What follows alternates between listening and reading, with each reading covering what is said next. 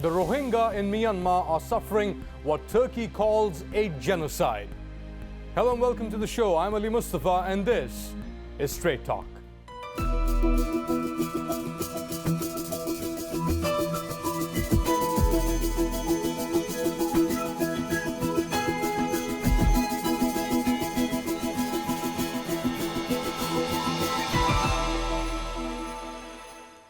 It took just 2 weeks for the world's latest humanitarian crisis to reach disastrous proportions. More than 200,000 Rohingya Muslims have fled Myanmar to neighboring Bangladesh. What's making them flee? Well, a campaign of murder, according to activists, by Myanmar security forces, which has left hundreds dead in the past few weeks. Despite the growing death toll, the international community has remained largely silent, as Usman Lone explains. It's a line stretching for kilometers, made up of more than 200,000 refugees at last count. The Rohingya are fleeing Myanmar, taking mostly only what they can carry. Tensions already decades old saw a renewal of fighting in late August. According to Myanmar government, armed Rohingya rebels attacked government forces on the border, killing at least 71 people, including 12 members of the security forces. Refugees who were fortunate enough to escape the violence are now telling the horrors they saw.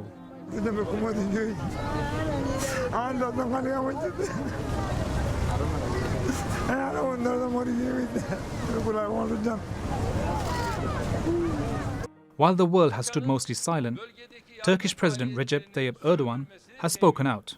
Arakan Müslümanlarının bölgesel hesapların kurbanı olmaması için hem kendimiz çalışacağız hem de tüm uluslararası mekanizmaları harekete geçireceğiz. It's a tragedy that has caught most of the world off guard.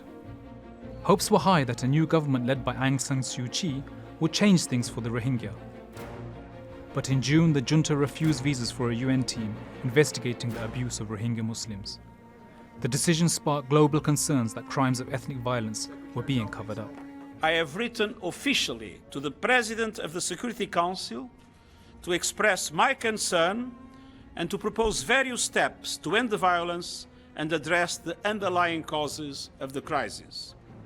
And now a once gleaming leader has fallen from grace. Several reports accuse Aung San Suu Kyi of ignoring the atrocities. She recently stated that the stories of the Rohingya were exaggerated. Indonesia, which saw angry demonstrations outside the Myanmar embassy in Jakarta, is trying to play a mediating role. The country's foreign minister is in Myanmar for emergency talks. International pressure is building, but whether it will end the violence is another question. In the last 10 days alone, more than 150 villages have been burnt to the ground, leaving the Rohingya who had no land, now without a home. Usman Lone, Strait Talk. And to get a better understanding of what's happening on the ground, I'm joined by Kane from London. He's the president of the Burmese Rohingya Organisation UK. Thank you for joining us. Now, I understand you have relatives on the ground in Myanmar. What kind of reports are they giving you from the ground? Yes, we are hearing that military continuously slaughtering, burning down Rohingyas' houses and slaughtering Rohingya men, women and children, and they throwing children to the fire. It's been 2 weeks today. So according to the information we're receiving, at least 3,000 Rohingya were killed by Burmese army till today. And 30,000 Rohingya trapped in a mountain. There is no food, no shelter, no medicine for them. Children are dying day by day. Death toll is increasing. As far as what we heard from the ground, 180,000 Rohingya become IDPs, and there is humanitarian crisis is growing day by day. That is what we've been hearing. What kind of conflict is this for our viewers that might not understand the dynamics on the ground? Is this an ethnic conflict? Is it a political conflict, or is it ideological? It's not conflict at all. It's a genocide, I should say. What we've been facing many decades, persecution under Burmese military regime. You know, Rohingya were recognized as an ethnic group. You know, they strip up our ethnicity rights, they strip up our citizenship rights. Since 1990, they imposed restriction on movement, restriction on marriage, restriction on education, land confiscation. It's been carrying on many years. What's happened right now, in 25th August, some Rohingya youth groups, they attack police posts while police and security forces and the military rounded up their villages, and they're not even allowed to get food for many days. So that's the way some desperate youth group attack them. So by taking that excuse, they are wiping out the whole Rohingya population. They can't take collective punishment. You know, what we've been hearing also from the ground, they are not. That's what they've been doing. This is a systematic plan from Burmese military since 1962. So what we are facing today is the last stage of genocide. Ton, you call it genocide. That's your position, that the Burmese army, Myanmar, is carrying out a systematic genocide according to you. But the Burmese government, and specifically Aung San Suu Kyi, say that the people that are being killed in Rakhine are terrorists. How would you respond to that? They are not terrorists. According to the information we have seen online from ARSA, Arakan Rohingya Salvation Army, they are fighting with the military and security post, while this military and security police, they rounded up their villages and they become desperate, and that's why they are attacking. You know, according to UN High Commissioner, according to International Crisis Group, they mentioned that they predicted that this can happen and it could be prevented. But Burmese government let it happen, making Rohingya people desperation to fight against them and to take the opportunity to wipe out the whole Rohingya population. That is their aim. Ton Kane, thank you for joining us from London.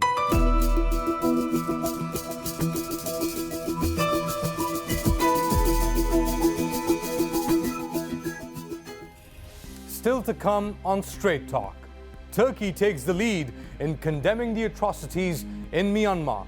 And with millions of people on the move across the world, we look at what's causing them to flee and if there's a fine line of what defines a refugee.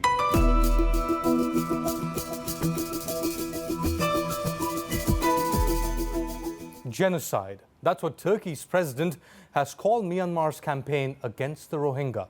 Since the crisis started in 2012, Turkey has taken a tough stance against Myanmar's atrocities, as Adil Halim explains. Saeed is keeping tabs on his family. The 25-year-old was born in Rakhine State, but moved to Istanbul 4 years ago to study. We've agreed to conceal his identity as he fears his family's safety. His immediate family is safe in Bangladesh, but much of his extended family, still in Myanmar, is offline. Unclear if they are alive or not. These are human beings killing human beings, so it's really hard to see this stuff. I don't even know. I'm watching these stuff on the screen. I don't know how people used to feel when they are suffering something, or people are watching those stuffs, in like witnessing these stuffs.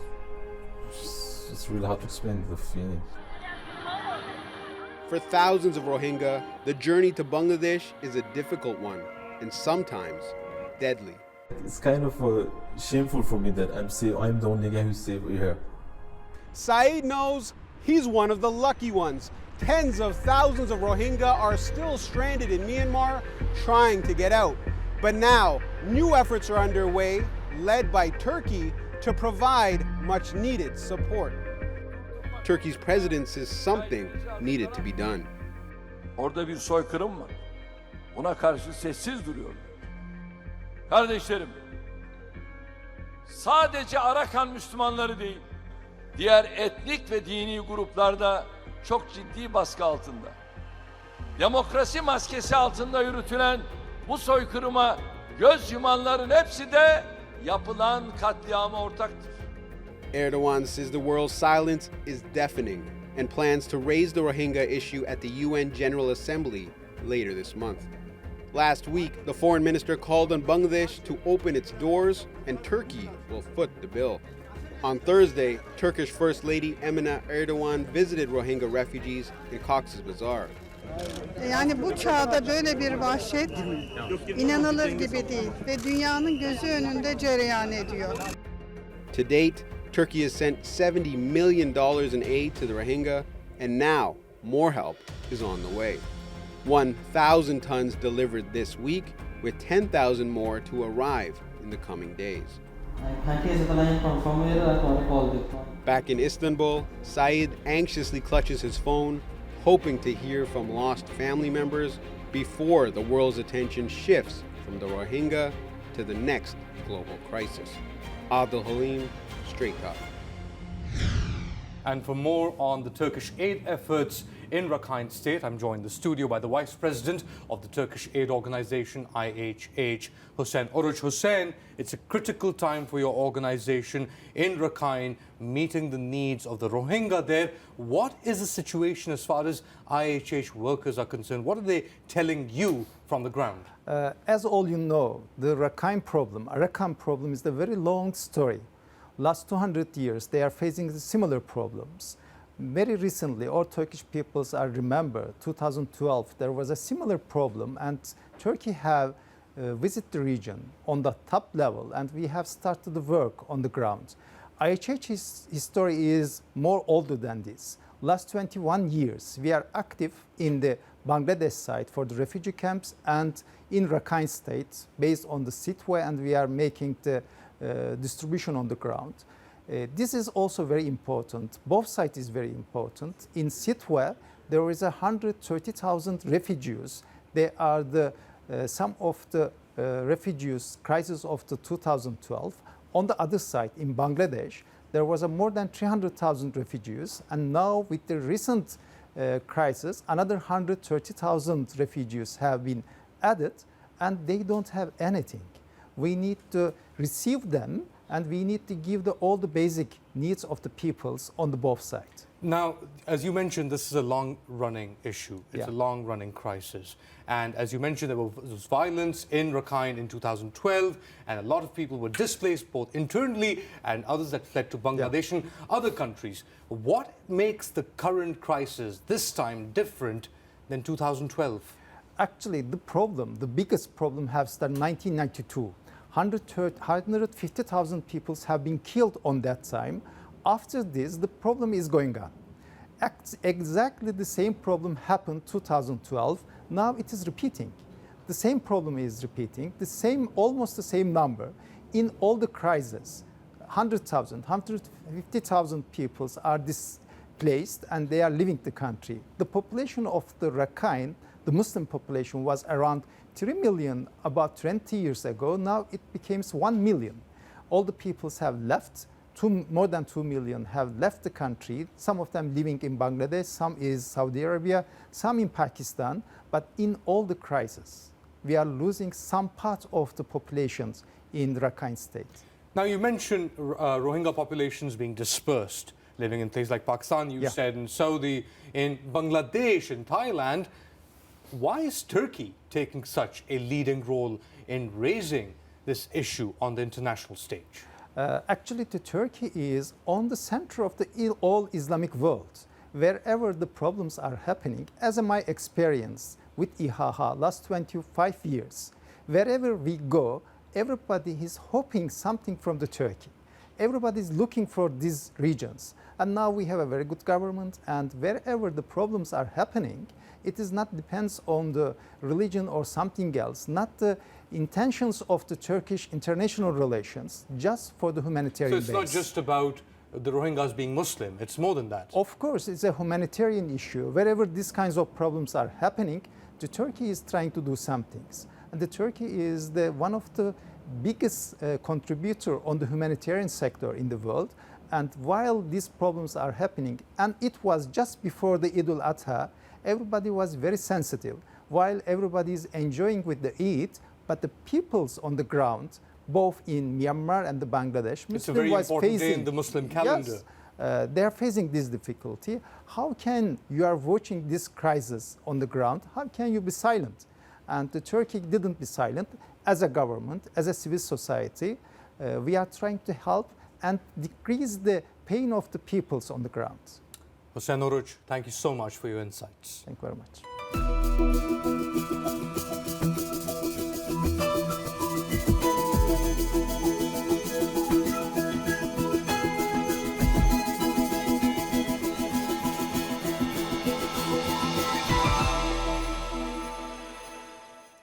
Now, the IHH isn't the only Turkish aid organization trying to help the Rohingyas in Myanmar. Another organization is the Anat, which is the Religious Affairs Foundation. And joining us now from Ankara is the General Manager of the Foundation for Religious Affairs in Turkey, Mr. Mustafa Tutkun. Thank you for joining us.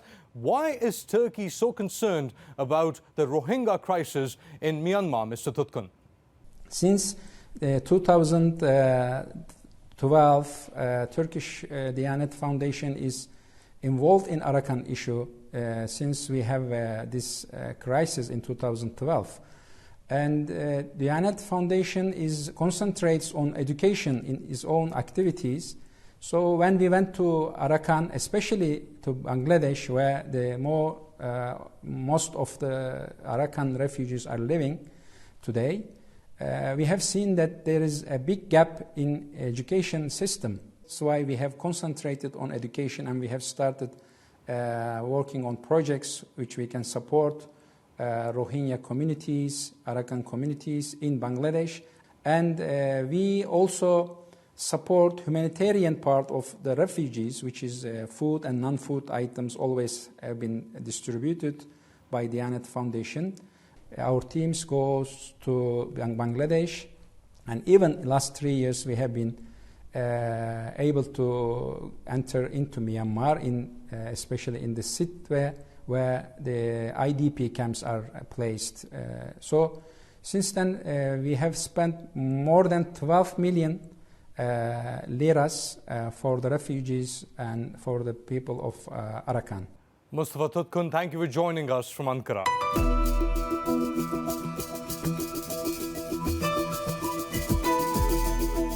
The dire situation surrounding the Rohingya is just one of many global tragedies.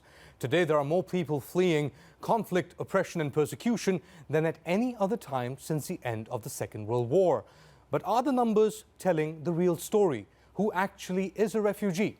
Is someone who is fleeing conflict the same as someone fleeing poor economic conditions? Aisha Jamal tells us more. Every 3 seconds, someone in the world flees their home. There are millions of people forcibly displaced worldwide, including refugees, asylum seekers, and the internally displaced. They're all migrants, but what's the difference between them? Well, when someone leaves their home and seeks international protection, they immediately become asylum seekers. After reaching a new country and registering, they're officially called refugees. People who flee but are unable to leave their country are called internally displaced. There are also economic migrants who are after a better job or better education. While they can go back anytime, refugees don't have that option. There are about 22 million refugees in the world, and half of them are from Syria, Afghanistan, and South Sudan. Most of them are hosted in developing countries, and the country hosting the biggest number? Turkey. With a staggering 3.5 million refugees in the country, Turkey says it has spent $25 billion on them. The European Union pledged more than $7 billion to help, but so far it has only given just under $1 billion.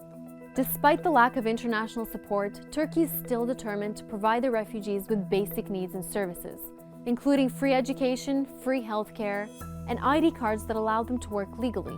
But other countries haven't been so welcoming. Refugees have faced razor wire fencing, tear gas, water cannons, deportations, and inhumane treatment. باز یکی از وا خورترکش گفته که ما منفی خوردیم. دولت سویدن میخواد ما را دیپورت کنه اگر دوباره منفی خوردیم. باز مادر بزرگم وقتی که ایره شنید سکته کرد. Sure, there are economic and demographic hurdles that countries are facing, but is it so hard to give these people a home? And to get a better sense of what these terminologies mean, I'm joined from Amman by the UNHCR spokeswoman, Rula Amin. Rula, good to see you. What is the difference? We're talking about all these categories of economic migrants, refugees, and certain countries being declared as economic migrant destinations when, in fact, they are facing conflict. What is the difference then between a refugee and an economic migrant? There's a big difference, and this difference actually have consequences on these people's lives and their entitlements. In UNHCR's definition and international law, a refugee are people who had fled war, violence, and persecution from their countries. They crossed international borders seeking safety, and there's a threat on their lives and their well-being if they return. They cannot return. They are at risk. And these people, there's a whole international regime of protection for these people. They are entitled to many things. The states, the countries have an obligation towards this category of people. Migrants, on the other hand, are anything that does not include refugees in this, according to this framework. Migrants are people who leave their countries seeking better life, maybe to find a better job, family reunion, education, and one major difference is that they can go back to their country and enjoy the protection of their governments. And the other major, and why this choice of words is very important, why is it important to make this distinction, is that countries have different obligations if the person is a refugee or a migrant. A refugee is protected by international law. Countries have an obligation to treat refugees and give them certain rights. Migrants are subjected to local national immigration laws, and they don't enjoy the same kind of protection. And that's why it's so important to make this distinction between refugees and migrants, especially with the media, because it has an impact in shaping the public discussions and the narrative. Okay, let's take a case study then. Let's talk about a country like Afghanistan. A lot of countries in Europe, we had this report of a 106-year-old woman on a deportation list being from Afghanistan. The Afghanis who are fleeing from Afghanistan violence there say that they are refugees. But a lot of countries don't consider them Afghanis or Afghani nationals as refugees. So how do you explain that? I've read a little bit about this specific case, and I can't comment on this specific case because I'm not aware of all the circumstances. I'm not aware of the legal arguments that the governments are making in order to send this woman back. If this woman had fled her country because there was a risk on her life, because there's war in her country, and she cannot go back, she's a refugee. She is entitled to asylum, or at least she's entitled to certain right until UNHCR try to find what we call is a durable solution, which means either a resettlement to another country or integration in the place she's in, or to be able to return to her country in safety and dignity. Until that happens, she's entitled not to be sent back. That's one of the main things why we emphasize the need to make this distinction, because refugees have the right not to be sent back to their countries, especially when the war or the reasons for fleeing are still there, whether it's conflict or persecution. So what happens then? Then why haven't you been able to convince European countries specifically not to send people who might be facing danger in their home countries just by labeling them as economic migrants?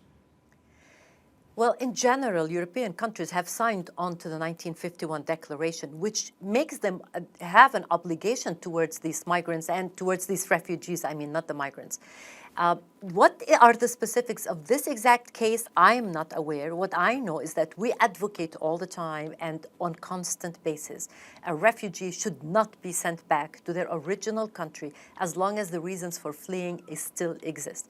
If this person is a refugee, and she's entitled to that status, UNHCR would be advocating for her not to be sent back to her country because there is a risk on her life. Ruhla Amin, thank you for joining us from Oman. Thank you.